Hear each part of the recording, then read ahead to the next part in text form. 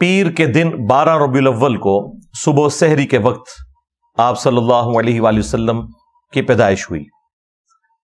اہل تشیع کے ہاں جو صحیح بخاری کے لیول کی ان کی حدیث کی کتاب ہے وہ اصول الکافی ہے، اس میں بھی 110 نمبر جو چیپٹر ہے وہ ولادت مصطفیٰ صلی اللہ علیہ وآلہ وسلم سے متعلق ہے۔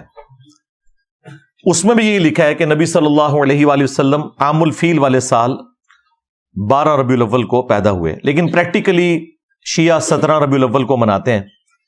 امام خمینی نے اس جھگڑے کو ختم کرنے کے لیے وہ پورے کا پورا ویک ہی ایران میں ربیع الاول سے ریلیٹڈ ولادت مصطفیٰ صلی اللہ علیہ وآلہ وسلم کے کانٹیکسٹ میں ڈکلیئر کر دیا ہے تاکہ یہ 12 اور 17 کا جھگڑا نہ ہو، ادروائز کتابیں تو 12 ربیع الاول بتاتی ہیں۔ اہل حدیث نے، دیوبند نے اس ایشو کو ڈائلیوٹ کرنے کے لیے 9 ربیع الاول کی ایک پخ چھوڑ دی، حالانکہ انہیں بھی پتا تھا کہ کتاب میں کیا لکھا ہے۔ خود احمد بریلوی صاحب جن کے اوپر پورا مکتب کھڑا ہے، انہوں نے فتاوی رضویہ میں 8 ربیع الاول لکھی ہے۔ تو یہ بریلویوں سے ذرا پوچھیں، یہ جو 12 ربیع الاول آپ منا رہے ہیں، آپ کے اعلیٰ حضرت تو اسے 8 ربیع الاول لکھ کے گئے ہیں، اور پھر انہوں نے لکھا چونکہ اب 12 چل پڑی ہے اس لیے میں اس میں کوئی اختلاف نہیں کرتا، چلنے دیں اس کو اس طرح۔ اچھا، اس سے بھی بڑھ کر ان کے اعلیٰ حضرت کے بھی جو اعلیٰ حضرت ہیں جن کے اوپر پورے کا پورا تصوف کا سلسلہ قادریہ کھڑا ہے، شیخ عبد القادر جیلانی المتوفی 561 ہجری، انہوں نے غنیت الطالبین میں 10 محرم لکھ دی ہوئی ہے۔ اچھا، بڑا اچھا ہوا ہے یہ لکھ دیا انہوں نے۔ اب ان کو ہاتھ پاؤں پڑ گئے جب سے میں نے یہ ڈیٹ نکالی، وہ کہتے ہیں نہیں انہوں نے تو صرف نقل کیا ہے علماء کا قول۔ بھائی تمہارے بابے تو دین سکھانے آئے تھے، وہ اوٹ پٹانگ چیزیں نقل کر کے امت کو یہ کچھ بتا کے گئے۔ یعنی ہم قرآن و سنت کی روشنی میں جو کمزور چیزیں ہیں، جو صحیح چیزیں ہیں، ان کو ڈسٹنگوش کر کے پبلک کے سامنے رکھتے ہیں کہ بھائی یہ صحیح بات ہے، تو وہاں پہ ان کو پھر بتانا چاہیے تھا نا کہ 12 ربیع الاول بھی کوئی ڈیٹ ہے۔ انہوں نے 10 محرم الحرام کی ڈیٹ کو نقل کیا، ظاہر علماء سے نقل کیا، اسے انڈورس کیا ہے، اس کی مخالفت کے لیے نقل نہیں کیا۔ ہمارا صرف معصومانہ سوال ہے، آپ کا تو بابوں کے بارے میں عقیدہ ہے کہ وہ دل کے حال جانتے ہیں، وہ فنا فی الرسول ہوتے ہیں، وہ فنا فی شیخ ہوتے ہیں، اور فنا فی اللہ ہوتے ہیں، پتہ نہیں کیا کیا ٹرمز انہوں نے ڈیوائز کی ہیں تصوف میں۔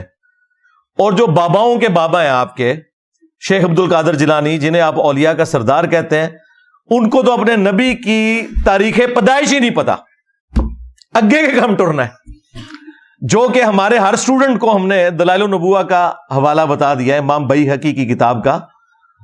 اور یہ حدیث کی کتاب شیخ عبد القادر جیلانی رحمت اللہ علیہ کی پیدائش سے پہلے لکھی ہوئی تھی، لیکن وہ بیچارے اس تک نہیں پہنچ سکے، ان کو تو ضرورت بھی نہیں تھی، وہ تو علم غیب جانتے ہیں بقول ان کے، تو انہیں تو پتہ ہی نہیں چلا، انہوں نے تو مہینہ بھی غلط لکھ دیا، 10 محرم کا دن لکھ دیا۔ یہ چیزیں میں ساتھ ساتھ اس لیے بتاتا ہوں تاکہ آپ کا دماغ اس حوالے سے کھلے۔ باقی جو ربیع الاول شریف کے حوالے سے سیلیبریشنز ہیں آج کل جو پوری دنیا میں مروجہ ہیں، ان کا ثبوت پہلے 600-650 سال تک نہیں ملتا۔ یہ 7ویں صدی ہجری کے اندر ایک مملوک سلطنت جو ایوبی ڈائنسٹی میں سے تھی، جنہوں نے پہلی دفعہ منگولوں کو شکست دی تھی اور تاتاریوں کا فتنہ ختم ہونا شروع ہوا، انہی میں ایک شخصیت تھی ملک المظفر۔ 630 ہجری میں یہ فوت ہوئے، بمطابق 1233 عیسوی، یعنی آپ سمجھ لیں آج سے آلموسٹ 800 سال پہلے، آج 1445 ہجری چل رہا ہے۔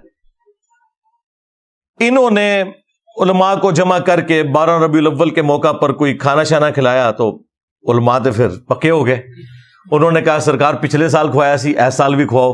کرتے کرتے کرتے پھر اس ٹائم کتابیں لوگوں نے لکھنی شروع کر دی کہ جی میلاد منانا تو بڑے ثواب کا کام ہے، اور بلکہ یہ جو ہمارے بادشاہ نے شروع کیا ہے یہ تو ایک صدقہ جاریہ ہے ان کے لیے۔ ان کو یہ بھی خیال نہیں آیا کہ 800 سال تک جو ان سے بڑے عاشقان رسول تھے، ان کے دماغ میں یہ بات کیوں نہیں آئی کہ آپ نے ربیع الاول کو اس طریقے سے سیلیبریٹ کرنا ہے۔ جہاں تک ربیع الاول کے مہینے میں نبی صلی اللہ علیہ وآلہ وسلم کی شخصیت کو ڈسکس کرنا ہے، اس کے اوپر تو اجماع امت ہے، اس سے کسی کو انکار نہیں ہے. لیکن یہ جھنڈیاں لگا کے، سبیلیں لگا کے، اور اس کو ایک پراپر شکل دینا ایک ایونٹ کی، اس طرح تو کبھی نہیں ہوا. میں خلفائے ثلاثہ کی بات نہیں کرتا، ہو سکتا ہے کہ یہ کہیں کہ ان کے زمانے تک حدیثیں شاید ان تک نہیں پہنچی تھی، لیکن جو چوتھے خلیفہ تھے سیدنا علی ابن ابی طالب، وہ 5 سال تک کوفے میں رہے ہیں. تینوں خلفاء کے ساتھ ان کا وقت گزرا ہے. کوئی ہمیں ضعیف نہیں، کوئی جھوٹی روایتی دکھا دیں ان کی طرف منسوب کہ انہوں نے کبھی کوفے کے اندر میلاد کا جلوس نکالا ہو، حالانکہ یہ پاسبل تھا. جھنڈیاں اس زمانے میں بھی کپڑے کی بنتی تھی، لیکن وہ جنگوں میں جھنڈوں کے لیے. کوئی محفل نعت اس طرح کی منعقد کی ہو اور اس طرح کے معاملات لے کے چلے ہوں جس کو انہوں نے آج اس درجے تک پہنچا دیا ہے کہ یہ کہتے ہیں کہ سوائے ابلیس کے جہاں میں سبھی تو خوشیاں منا رہے ہیں. یعنی وہ یہ بتانا چاہتے ہیں کہ پہلے 800 سال کے مسلمان سارے ابلیس تھے اور ہم عاشقان رسول ہیں، اور انہیں یہ پتہ ہی نہیں کہ وہ انجانے میں صحابہ اکرام کو، خلفائے راشدین کو، اہل البیت کو علیہم السلام اجمعین ورضی اللہ عنہم اجمعین گستاخی کے فتوے کی زد میں لے کے آ رہے ہیں، کیونکہ ان کے زمانے میں تو یہ کچھ نہیں ہوا. پھر اس کو جو ترویج ملی ہے نا زیادہ، وہ آٹومان امپائر جو تھی سلطنت عثمانیہ،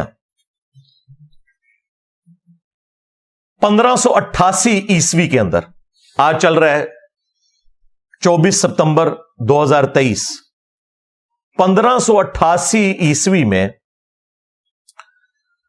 جو سلطنت عثمانیہ تھی انہوں نے اپنی امپائر کے اندر آفیشلی 12 ربیع الاول کی چھٹی ڈکلیئر کر دی. یعنی پھر پراپرلی اس پورے مسئلے کو گود لے لیا انہوں نے، اور پھر وہ سارے کا سارا سلسلہ چلتا رہا. یہی وجہ ہے کہ آپ کو ہمارے بریلوی علماء کہتے نظر آئیں گے کہ جی یہ وہابیوں کے آنے سے پہلے تو وہاں میلاد کے جلوس نکلتے تھے مکہ مدینے میں. جناب وہ جو نکلتے تھے مکہ مدینے میں جلسے جلوس، وہ 400 سال پہلے ہی سٹارٹ ہوئے تھے، اور جو پہلے 800 سال کے مسلمان ہیں جو جلسے جلوس نہیں نکالتے تھے، ان کے بارے میں آپ کا کیا عقیدہ ہے؟ یہ کہتے ہیں نہیں پرانے بزرگوں کو نہیں مانتے. سرکار پرانوں کے نہیں، درمیانوں کو نہیں مانتے. پرانے تو ہیں صحابہ کرام، خلفائے راشدین، اہل البیت علیہم السلام، تابعین، تبع تابعین. تمہارے بزرگ آئے 800 سال بعد اور امت کو ایک تحفہ دے کے چلے جائیں تو وہ پرانے کہاں سے ہو گئے؟ 800 سال بعد تو ہم بھی پرانے ہو چکے ہوں گے. جی پرانے بزرگ، پرانے نہیں سرکار، درمیانے. پرانے تو ہے ہی نہیں ہیں.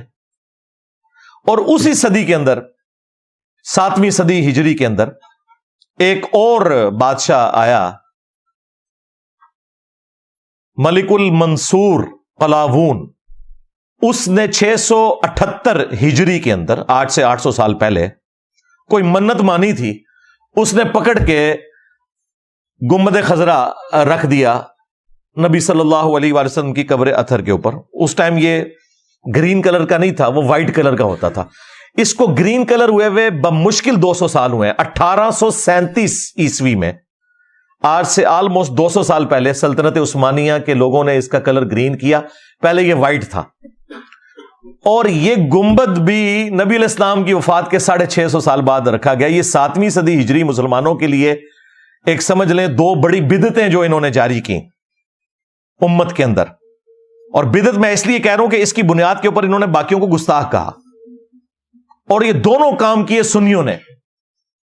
میں نے اپنی کسی پرانی ویڈیو میں یہ بیان کیا تھا کہ یہ جو گنبد ہے یہ شیعہ حاکم نے رکھا تھا، تو اس پہ پھر میں نے اسی وقت رجوع ریکارڈ کروایا تھا کہ وہ شیعہ حاکم نہیں تھا، وہ بھی یہ ایوبی ڈائنسٹی کا ہی مملوک امپائر کا ایمپرر تھا، ملک المنصور.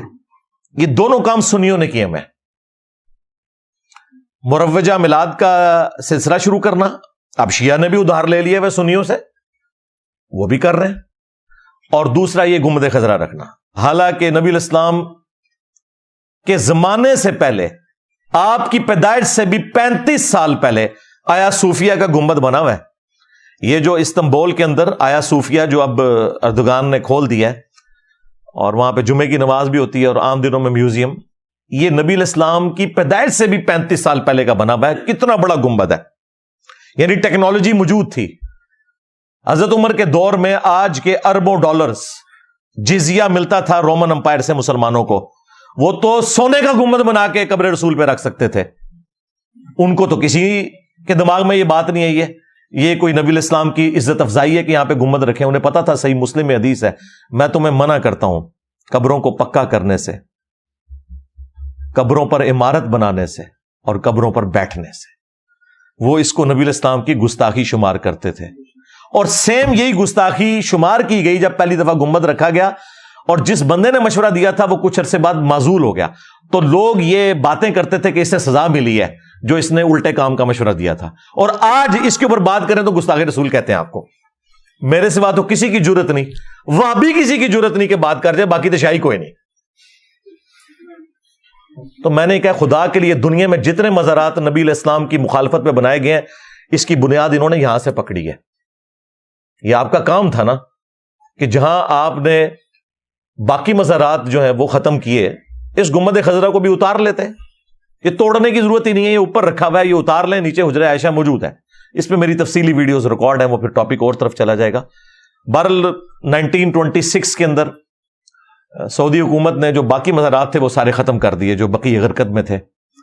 اور سب سے بڑا کام جو انہوں نے کیا کہ 400 سال تک جو امت کی جمعیت کو آٹومانم امپائر نے توڑا، خانہ کعبہ میں 4 مسلح ڈالے ہوئے تھے انہوں نے.